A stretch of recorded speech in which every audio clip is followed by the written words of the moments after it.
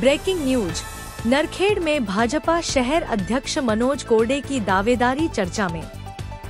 नरखेड़ नगराध्यक्ष पद के लिए मनोज कोरडे ने ठोकी दावेदारी, कार्यकर्ताओं में जोश।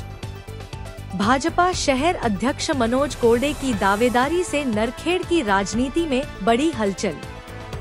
नरखेड़ को स्वच्छ और विकासशील बनाना मेरा लक्ष्य, मनोज कोरडे का संकल्प। मनोज कोरडे की दावेदारी पर सबकी नजर, क्या मिलेगा नगराध्यक्ष पद का टिकट? नरखेड़ चुनावी रणभूमि में मनोज कोरडे का नाम बना चर्चा का केंद्र। विकास, संगठन और समर्पण के प्रतीक मनोज कोरडे की दावेदारी ने बढ़ाई उम्मीदें। Breaking news. नरखेड़ से भाजपा शहर अध्यक्ष मनोज कोरडे की दावेदारी पर सबकी नजर। नरखेड़ भाजपा के शहर अध्यक्ष और लोकप्रिय नेता मनोज कोरडे ने अब नगराध्यक्ष पद के लिए अपनी दावेदारी पेश की है। पार्टी संगठन में वर्षों से सक्रिय रहते हुए उन्होंने नरखेड़ शहर में कई विकास कार्यों को आगे बढ़ाया है और कार्यकर्ताओं के बीच मजबूत नेतृत्व स्थापित किया है। मनोज कोरडे का कहना है, मेरा लक्ष्य है कि नरखेड़ को स्वच्छ, सुंदर और विकासशील नगर बनाया जाए। भाजपा की नीतियों और बावनकुले साहब के मार्गदर्शन में हम शहर को नई ऊंचाइयों पर ले जाएंगे। कार्यकर्ताओं में जोश है, जनता में उम्मीद और अब सबकी निगाहें इस बात पर टिकी हैं कि क्या भाजपा इस कर्मठ और समर्पित नेता को नगराध्यक्ष पद की जिम्मेदारी सौंपेगी। नरखेड़ की राजनीति में मनोज कोरडे का नाम अब चर्चा के केंद्र में है। नमस्कार, मी मनोज रमेश बाबू कोरडे, भारतीय जनता पार्टीचा जवळपास जन्मताच म्हटलं तरी चालेल एक कार्यकर्ता म्हणून काम करत आहोत। गेल्या 35 वर्षापासून मी भारतीय जनता पक्षाचा कार्यकर्ता आहे आणि मागच्याही नगर परिषदच्या निवडणुकीमध्ये मी अध्यक्षाचा उमेदवार होतो। मी 200 मतांनी मागचे इलेक्शन हारलो, परंतु सातत्याने अनेक वर्ष 5-7 वर्षे माझे लोकांशी संपर्क, लोकांसाठी जन आंदोलन उभे करणे, असे विविध प्रश्न ज्या वेळेस नरखेडला ज्या गोष्टीची गरज होती त्यासाठी मी काम केलं आहे। निश्चितच मी भारतीय जनता पक्षाला यावेळेस माझी उमेदवारी मागितली आहे। कोणकोणते विकास मुद्दे लक्षात घेऊन आपण या निवडणुकीच्या जर पक्षाने आपल्याला उमेदवारी दिली तर यावेळेस भारतीय जनता पक्ष निश्चितच नरखेडसाठी एक रोल मॉडेल घेऊन आपण जात आहोत। भारतीय जनता पार्टीचा अजेंडा स्पष्ट आहे की या ठिकाणी जे महत्त्वाचे प्रायमरी एज्युकेशन पासून तर या ठिकाणी स्पोर्ट पूर्ण हरवलेला आहे।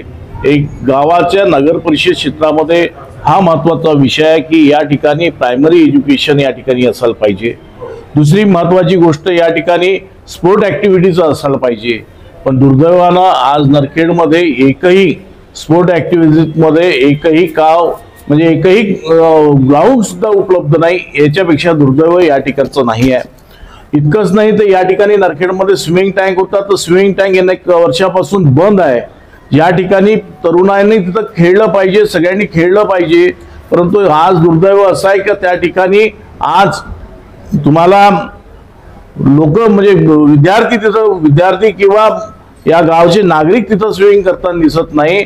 तर या ठिकाणी तिथं मासोळ्या आणि दुसरे विविध प्रकारचे पोहत आहे, ही दुर्दैव आहे। एज्युकेशन मध्ये आज कोणत्याही प्रकारे आज इकडे आपण बघतोय की CBSE पॅटर्न चालू आहे, परंतु या नगर परिषदच्या क्षेत्रामध्ये मागील 7 वर्षापासून एज्युकेशनवर कोणतेही लक्ष देण्यात गेलं नाही। आज 1 नंबर शाळा आमची नरखेड मधली इतकी चांगली शाळा होती की ज्या शाळेमध्ये अनेक डॉक्टर, आज आम्हाला अभिमान आहे की आमच्या नरखेडमध्ये जवळपास 84 डॉक्टर्स आहे आणि जवळपास 350च्या वर इंजिनियर या गावामध्ये दिले आहेत। परंतु दुर्दैव असं आहे की इतकं सगळं असल्याच्या नंतरही आज त्या शाळेमध्ये ही अवस्था आहे की साधं तुम्ही जर पोरं गेलं तर पाणी टपकत आहे, ही परिस्थिती आहे। म्हणजे कोणत्याच बाबीमध्ये या ठिकाणी लक्ष दिलं गेलं नाही। निश्चितच या ठिकाणचा सर्वांगीण विकासासाठी हे महत्त्वाचं, या ठिकाणी पुष्कळ सारे मुद्दे आहे, पण जे नगर परिषद क्षेत्राच्या माध्यमातून आहे ते निश्चितच करण्याचं आमची मानस आहे। आम्ही नगर परिषदच्या माध्यमातूनच नाही तर या ठिकाणी आमचे भागाचे लाडके आमदार चरणसिंगजी ठाकूर साहेब आहेत, जे विकासावर सगळ्यात जास्त प्राधान्य देतात. त्यांनी या ठिकाणी बेरोजगारांसाठी चांगला नवीन रोजगार कसा उपलब्ध होईल यासाठी ते काम करत आहे. निश्चितच आम्ही त्यांच्या मागे राहून या गावामध्ये चरणसिंग ठाकूर साहेबाच्या मागे पूर्ण गाव उभं होतं. मागचं इलेक्शन पाहिलं असेल तर एका साईडमध्ये जवळपास 4,500ची लीड आम्ही या ठिकाणून चरणसिंग ठाकूर साहेबांना दिली.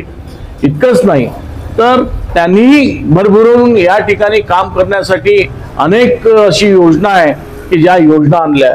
नरखेडमध्ये जर विचार केला तर सगळ्यात पहिले जेव्हापासून आमदार साहेब आपल्या भागातून निवडून आले, आम्हाला अभिमान आहे की त्यांनी सगळ्यात पहिलं जर काही काम केलं. या ठिकाणी पाण्याची समस्या खूप मोठी होती आणि आज अभिमानानं सांगूशा वाटते की या ठिकाणी 64 करोड रुपयाची पाणी पुरवठा योजना चरणसिंग ठाकूर साहेबांनी मंजूर करून आणली. ती इतकी मोठी आहे. त्यासाठी निश्चितच या महाराष्ट्राचे मुख्यमंत्री, लाडके मुख्यमंत्री आमचे मोठे बंधू देवेंद्रजी फडणवीस साहेब यांनी आम्हाला त्यासाठी सहकार्य केले. त्याचप्रमाणे या एरियातले ऊर्जावन पालकमंत्री चंद्रशेखरजी बावनकुळे साहेबांचं सहकार्य मिळत आहे. निश्चितच मला वाटते की या इलेक्शनमध्ये जर आम्ही या ठिकाणी विजयी झालो तर नरखेडचे जे खऱ्या अर्थानं मोठे मोठे स्वप्न आम्ही बघतो आहे, नरखेडची जनता बघते आहे, ते आम्ही पूर्ण करण्यासाठी तत्पर आहोत. जर पक्षांनी आपण उमेदवारी मागितलेल्या पक्षांनी जर आपल्याला उमेदवारी दिली तर आपलं जे काय एक प्रेमाचा संदेश आपल्या नरखेड वासियांना असणार आहे? मी नरखेडवासी जनतांना एवढंच म्हणाल की जे नरखेडचं पूर्ण गेल्या 7 वर्षामध्ये जे वाटोळ झालं, जे छोटे छोटे प्रकल्प टाकले होते ते प्रकल्प नाही झालं. या ठिकाणी विविध समाजाचे समाज मंदिर उभे होऊ नाही शकले. आज एक छोटा मोठा कार्यक्रम घेतो म्हटलं तर 2000च्या वरच्या लोकांचा कार्यक्रम या गावामध्ये घेण्याची कुठेही सोय नाही आहे. निश्चितच त्यासाठी आम्ही काम करू. खेळाची मैदान उपलब्ध करण्यासाठी काम करू. या ठिकाणी प्रायमरी एज्युकेशनसाठी काम करू. प्रायमरी हेल्थसाठी आम्ही या ठिकाणी ताकदीनं उभं राहण्याचा प्रयत्न करू. या ठिकाणी इतकंच नाही तर गावामधून जे सगळ्यात महत्वाची लाईफ लाईन म्हटलं तरी जाईल, जो आम्ही प्रकल्प त्यावेळेस मी ज्यावेळेस उपाध्यक्ष म्हणून होतो तो प्रकल्प नदी सौंदर्यीकरणाचा होता, तो प्रकल्प आम्ही यावेळेस पूर्ण केल्याशिवाय राहणार नाही. आणि जे गावाच्या मधोमधून जाणारी नदी आहे त्या नदीचं स्वरूप जो आज नाल्याचं स्वरूप झालं आहे, गटार गंगाचं स्वरूप झालं आहे, ती स्वरूप सुधरून या ठिकाणी सुदृढ एक चांगली नदी आणि बारमाही पाणी राहील अशी व्यवस्था आम्ही त्यामध्ये करू. इतकंच नाही तर त्या माध्यमातून या ठिकाणी जवळपास जो आम्ही प्रकल्प तयार केला आहे, म्हणजे आम्ही जेव्हा इलेक्शन समोर जात आहोत आम्ही प्रकल्प घेऊन जातो. आम्ही मॉडेल नरखेडचे काय काय आम्ही योजना घेतात त्याचा आम्ही प्लॅन तयार केलेला आहे.